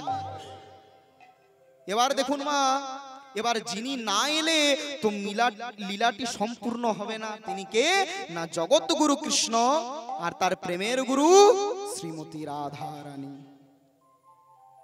অষ্ট সখীর শিরোমণি, বৃষভানু রাজনন্দিনী, বৃন্দাবন বিলাসিনী, মানে আমার রাধা রানী। এবার রাধারানী কি করলেন, রাধারানী এসে দাঁড়ালেন দ্বারকার মধুর প্রেমের দরজায়। বলরাম বলছে, ভাই আর দেরি করিস না, যা রাধাকে জলদি করে নিয়ে আয়। দাদার অনুমতি পেয়ে, দাদার নির্দেশ পেয়ে কানাই ছুটতে ছুটতে গেল দ্বারকার বহির্দ্বারে। যেই কানাই রাধারানীর সামনে এসে দাঁড়ালো, রাধারানী তখন অষ্ট সখীর পরিবৃতা হয়ে দাঁড়িয়েছিলেন মধুর দ্বারে। 100 বছর পর গোবিন্দের সাথে তার দেখা হবে। তাই যেই না কৃষ্ণ রাধারানীর সামনে এসে দাঁড়ালেন, রাধারানী করলো কি মা, না কৃষ্ণের দিকে তাকিয়ে মৃদু হেসে বদন খানি ঘুরিয়ে নিল। সখীরা বলছে, সই ওগো রাই, তোর লীলা বোঝা বড় দায়। 100 বছর হাঁ কৃষ্ণ বলে কাঁদলি, আর 100 বছর পর যখন তুই কৃষ্ণকে চোখের সামনে পেলি, অমনি বদনখানি ঘুরিয়ে নিলি। রাধারানী বলছে, ওরে সই, একবার ভালো করে চেয়ে দেখ, একবার ভালো করে তাকিয়ে দেখ, এ যে আমার কৃষ্ণ নয় রে, আমার কৃষ্ণের হাতে ছিল বাঁশি আর মুখে ছিল হাসি। এই কৃষ্ণের হাতে বাঁশিও নাই আর মুখে হাসিও নাই। অন্তর্যামী গোবিন্দ বুঝতে পারলো মা যে রাধারানী আর তাকে এই রূপে দেখতে চায় না। তাই ভগবান কৃষ্ণ করলেন কি, না যোগ মায়াকে স্মরণ করলেন। কারণ যোগ মায়া ছাড়া কোনোদিন কখনো কৃষ্ণ লীলা হয়নি আর হবেও না। তাই হলো কি, যেই না আজকে যোগ মায়াকে স্মরণ করলেন, যোগ মায়া তার মায়ার দ্বারা কিছুক্ষণের জন্য কৃষ্ণকে রাখালিয়ার বেশে সাজিয়ে দিলেন। সখীরা বলছে, দেখ রাধে, এবার হয়েছে তো? বলে, হ্যাঁ এইবার হয়েছে। এবার কৃষ্ণচন্দ্র গোবিন্দ আমার করলেন কি, না রাধারানীকে নিয়ে প্রবেশ করলেন প্রভাস যজ্ঞে। রাধারানীকে বামে নিয়ে আজ ভগবান কৃষ্ণ যজ্ঞের পূর্ণাহুতি দেবে, যজ্ঞ সমাপন্ন ঘোষণা করবে। দেখবেন মা, যখন বাড়িতে কোনো যজ্ঞানুষ্ঠান হয় তখন কি হয় মা, সেখানের একটা নিয়ম থাকে, যজ্ঞের একটা নিয়ম থাকে। কি নিয়ম? যে বাড়ির যে কর্তা, তার কর্তীকে বামে লইয়ে সেই যজ্ঞের পূর্ণাহুতি দেয়। তামা কৃষ্ণ যদি কর্তা হয় তবে কর্তীটাকে, ঠিক বলেছেন, ঠিক বলেছেন, কৃষ্ণ যদি কর্তা হয় তবে কর্তী হলো রুক্মিণী আর সত্যভামা। কিন্তু কৃষ্ণচন্দ্র গোবিন্দ আজকে রুক্মিণী সত্যভামাকে নিয়ে যজ্ঞের পূর্ণাহুতি দেয়নি, দিলেন রাধারানীকে বামে লইয়ে। কেন? আর রুক্মিণী সত্যভামাই বা কিছু বলল না কেন? বলে এর পিছনে একটা তত্ত্ব আছে, তত্ত্বটি কি? মন দিয়ে শুন। না, দ্বারকাতে একবার রুক্মিণী সত্যভামা কৃষ্ণকে এক বাটি গরম দুগ্ধ পান করতে দিয়েছিল। তা ভক্তমণ্ডলী, আমাদের সাধারণ মানুষের যখন কোনো গরম খাবার খেয়ে ছ্যাঁকা লাগে তখন আমরা কি করি মা? তখন আমরা বলি ও মা গো, ও বাবা গো, তাই তো। এবার কৃষ্ণ যেই না সেই গরম দুধটি পান করেছে, আর সেই গরম দুগ্ধ পান করে যখন ভগবানের ছ্যাঁকা লেগেছে, কৃষ্ণ বলে উঠল হা রাধে। রুক্মিণী সত্যভামা মনে মনে চিন্তা করছে যে 16 সহস্র রমণী কারো নাম করলো না, ওই রাধার নাম করলো, তাহলে মনে হয় রাধাকে আমাদের স্বামী বেশি ভালোবাসে। রুক্মিণী সত্যভামা করলো কি না, পরের দিন দ্বারকার সমস্ত রমণীদেরকে জিজ্ঞেস করলো কার নাম রাধা। দেখলো যে রাধা নামে দ্বারকাতে কেউ নেই। এমন সময় নারদ মুনি এসে বড় বলছে, রুক্মিণী সত্যভামা শোনো, রাধাকে যদি দেখতে হয়, রাধাকে যদি জানতে হয়, তবে দ্বারকাতে থাকলে হবে না, যেতে হবে কোথায় না বৃন্দাবনে। তাই চলো, তুমি আমার সাথে চলো, আমি তোমায় রাধার সাথে সাক্ষাৎ করিয়ে দেব। রুক্মিণী সত্যভামা আজকে নারদের ঢেকিজানে চেপে চলে গেলেন বৃন্দাবনে। বৃন্দাবনে গিয়ে দেখলেন যে সেখানে রাধা কুণ্ডের পাশে একজন পরমা সুন্দরী রমণী হা কৃষ্ণ বলে ধুলোই গড়াগড়ি দিচ্ছে। রুক্মিণী সত্যভামা মনে মনে চিন্তা করছে যে এত সুন্দর যার রূপ, এত সুন্দর যার রূপমাধুরী, তাকে যে একবার দেখে সে কি আর আমাদের মতন রমণীদের দিকে চোখ তুলে তাকায়? তাই যেই না রুক্মিণী সত্যভামা আজকে রাধারানীর কাছে গেল, রাধারানী বলছে, রুক্মিণী সত্যভামা এসেছো, এসো বসো। রুক্মিণী সত্যভামা তো অবাক হয়ে গেল যে রাধারানী আমায় চিনল কি করে। রাধারানী বলছে, রুক্মিণী সত্যভামা, তোমাদের স্বামীকে যে তোমরা গরম দুগ্ধ পান করতে দিয়েছো, তা সেই দুগ্ধটি একটু ঠান্ডা করে দিতে পারো না? রুক্মিণী বলছে যে আমাদের স্বামীকে আমরা দুগ্ধ পান করতে দিয়েছিলাম দ্বারকাতে, তা তুমি বৃন্দাবনে বসে জানলে কি করে? রাধারানী তখন করলো কি মা, না তার জিহ্বা অর্থাৎ জিভটি বার করে দিল। যেই না জিভটি বার করলো, রুক্মিণী সত্যভামা দেখলো যে রাধারানী জিহ্বাতে 6-7 খানা বড় বড় ফোসকা পড়ে গেছে। রাধারানী বলছে, দেখো রুক্মিণী সত্যভামা, কৃষ্ণর ওই গরম দুধটি পান করে কতই না কষ্ট হয়েছে, হা রাধে বলাতে আমার সেই যন্ত্রণা আমি আজও ভুলতে পারিনি। তাই রুক্মিণী সত্যভামা জানে যে রাধারানী আর অন্য কেউ নয়, রাধারানী হলো তাদের স্বামীরই বাম অঙ্গ। তাই এবার হলো কি মা, না ভগবান শ্রীকৃষ্ণ রুক্মিণীকে সত্যভামাকে না নিয়ে আজকে রাধারানীকে বামে নিয়ে যজ্ঞের পূর্ণাহুতি দিচ্ছে। ভক্তমণ্ডলী, ভক্তিমতী মায়েরা, চলুন এবার নিজ নিজ স্থানে একটু দাঁড়িয়ে পড়ুন। আসুন আজকের লীলাটির আমরা মিলন ঘটাবো। রাধায়ার গোবিন্দের মিলন হইল, সবাই মিলে করতালি মা। রাধায়ার গোবিন্দের মিলন হইল,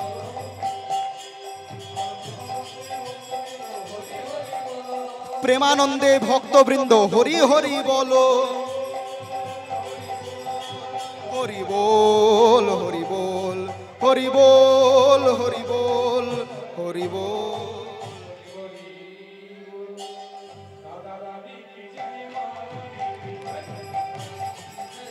সবাই করতালি, জয় রাধে জয় রাধে জয় রাধে।